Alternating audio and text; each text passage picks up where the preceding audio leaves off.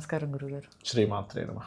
గురుగారు, శ్రీ పరాభావనవ సంవత్సరంలో మన సింహరాశి వాళ్ళకి ఏ విధంగా ఉండబోతుంది? వీళ్ళకి అర్ధాష్టమ శని కూడా నడుస్తున్నట్టుంది. అవును, అష్టమ శని నడుస్తుంది. అష్టమ శని నడుస్తుంది. వీళ్ళకి ఏ విధంగా ఉండబోతుంది? ఎక్కడ అనుకూలతలు ఉన్నాయి, ఎక్కడ ప్రతికూలతలు ఉన్నాయి గురుగారు?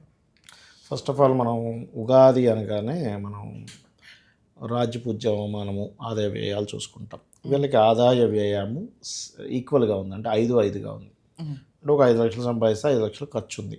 ఈక్వల్గా అంటే ఎంత అయితే కావాలో అంత ఉంది అనేటువంటి చూపిస్తుంది. కానీ ఎంతో కొంత సేవింగ్ కావాలి కాబట్టి ఆదాయాన్ని ఎలా పెంచుకోవాలి. అలాగే రాజ్యపూజ్య అవమానాలు అలాగే ఉన్నాయి, 7-7గా ఉంది. అంటే మెచ్చుకునే వాళ్ళ సంఖ్య పెరుగుతుంది, అవమానించే వాళ్ళ సంఖ్య కూడా పెరుగుతూ ఉంటుంది ఇక్కడ.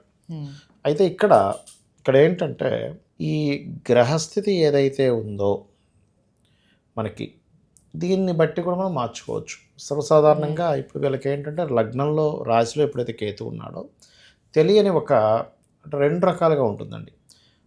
తెలియని ఒక విరక్తి, వైరాగ్యము, తెలియని ఒక డిప్రెషన్ అనేది ఒకటి ఉంటే, రెండవది ఏంటంటే వీటితో పాటు ఆధ్యాత్మికంలోకి వెళ్ళడం ఒక పాజిటివ్. సో ఇది నవంబర్ వరకు ఈ ప్లానటరీ ఇది ఉంది.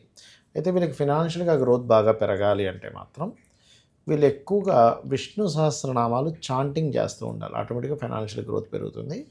అవమానం తగ్గాలంటే మనకి అమ్మవారి ఆరాధన, శ్రీమాత్రే నమః అనే మంత్రం అవమానాన్ని తగ్గిస్తుంది, రాజ్యపూజ్యాన్ని పెంచుతుంది. ఇది ప్రధానంగా చేసుకోవాలి.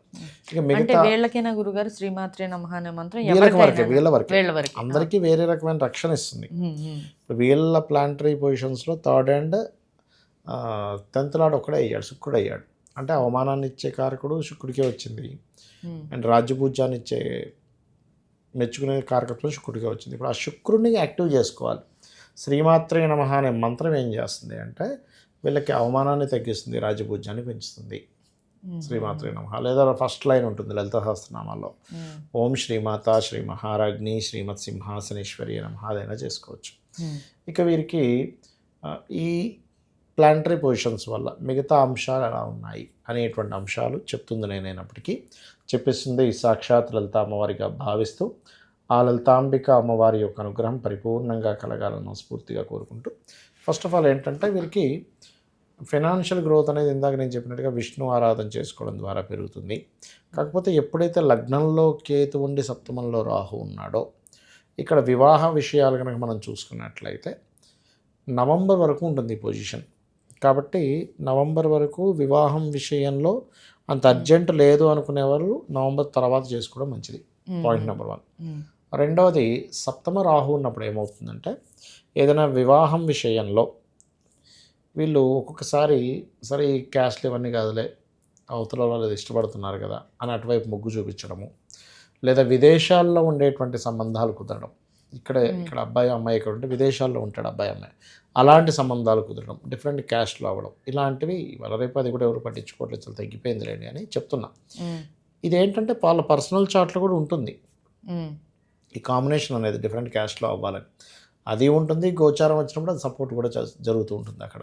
సో అలాగే వీళ్ళకి విదేశీ యోగాలు కలగడం, వీళ్ళ జీవిత భాగస్వామికి కూడా ఎప్పటి నుంచో విదేశాలకు వెళ్ళాలని ఎదురు చూసేటువంటి వారికి ఈ రాశి వారి యొక్క జీవిత భాగస్వామి విదేశాలకు వెళ్ళడానికి అనుకూలంగా ఉంటుంది అని చెప్పుకోవచ్చు. ఇక మరొక విషయం ఏంటంటే ఇక్కడ వీళ్ళు కొంచెం అంటే వీళ్ళ జీవిత భాగస్వామి ఫస్ట్ మంత్ కొంచెం కెరీర్ పరంగా కొంత స్ట్రెస్ ఉంటుంది. అయితే అష్టమంలో శని ఉన్నాడు కాబట్టి ఇందాక మీరు అన్నారు అష్టమ శని నడుస్తుంది కదా అని. అష్టమ శనిలో తీసుకోవాల్సిన జాగ్రత్త ఏమిటి అంటే first of all of sudden నిర్ణయాలు తీసుకుంటారు, లాంగ్ టర్మ్ ప్రాసెస్ని ఇమీడియట్లీ తీసుకుంటారు. అది వీళ్ళకి మైనస్ అవుతుంది. అష్టమ శనిలో ఏంటంటే ఆకస్మికంగా తీసుకునే నిర్ణయాలు అయ్యో ఇప్పుడు ఎందుకు ఇలా తీసుకున్నాను అనుకునేలా చేస్తాయి. అది కొద్దిగా వీళ్ళు అర్థం చేసుకుంటుండాలి సింహం వారు. అండ్ అలాగే అవమానం కూడా అష్టమ శనిలో ఉన్నప్పుడు ఏమవుతుందంటే నిందపడుతూ ఉంటాం మనం చెయ్యని పనికి. సరే టైం ఇలా ఉంది అని అనుకుని ఊరుకోవాలి, మన పనులు మనం చేసుకుంటూ వెళ్ళిపోతుండాలి.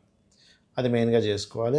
ఈ అష్టమ శని ప్రభావం తగ్గాలి అంటే గురువారము శనివారము గోవులకి బెల్లము మరియు అరటికాయలు కట్ చేసి తినిపించినట్లయితే కూడా దీని ప్రభావం తగ్గుతుంది. రెండవది ఏంటంటే ఓం అనాకలిత సాదృశ్య చుబుకశ్రీ విరాజితాయ నమః చేస్తూ ఉండాలి.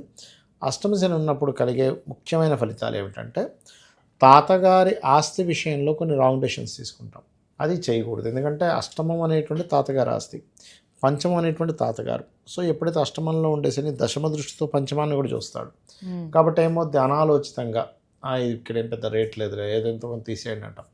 తీరా చూస్తే వాడు 10 లక్షలకి అమ్మేస్తే రేపు పొద్దున్న తిరిగి చూస్తే ₹1,00,000 కూర్చుంటుంది. అరే ఆ రోజు ఎందుకు నేను మిస్టేక్ చేశాను అనే ఫీలింగ్ కలుగుతుంటుంది. సో అది కొంచెం చూసుకోవాలి. అవి కనుక చూసుకున్నట్లయితే సరిపోతుంది.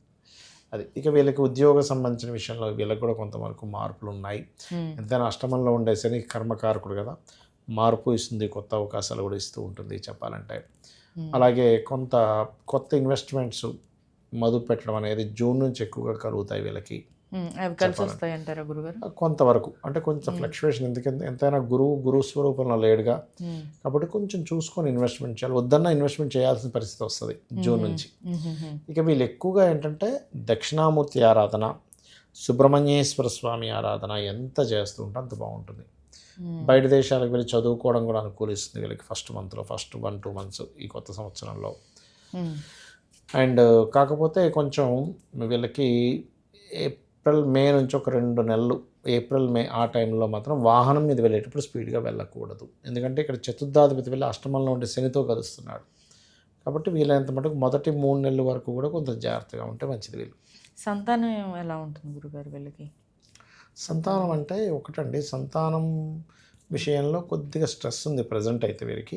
బట్ డోంట్ వరీ, అంటే ఎందుకంటే పంచమ స్థానాన్ని పంచమాధిపతి చూసుకుంటున్నాడు కదా, ఎంతైనా ఈ లగ్నానికి శుభుడు కదా, కాబట్టి పెద్దగా భయపడాల్సిన పని ఏం లేదు. రైట్ గురుగారు, థ్యాంక్ యూ సో మచ్ గురుగారు. శ్రీమాత్రే నమః.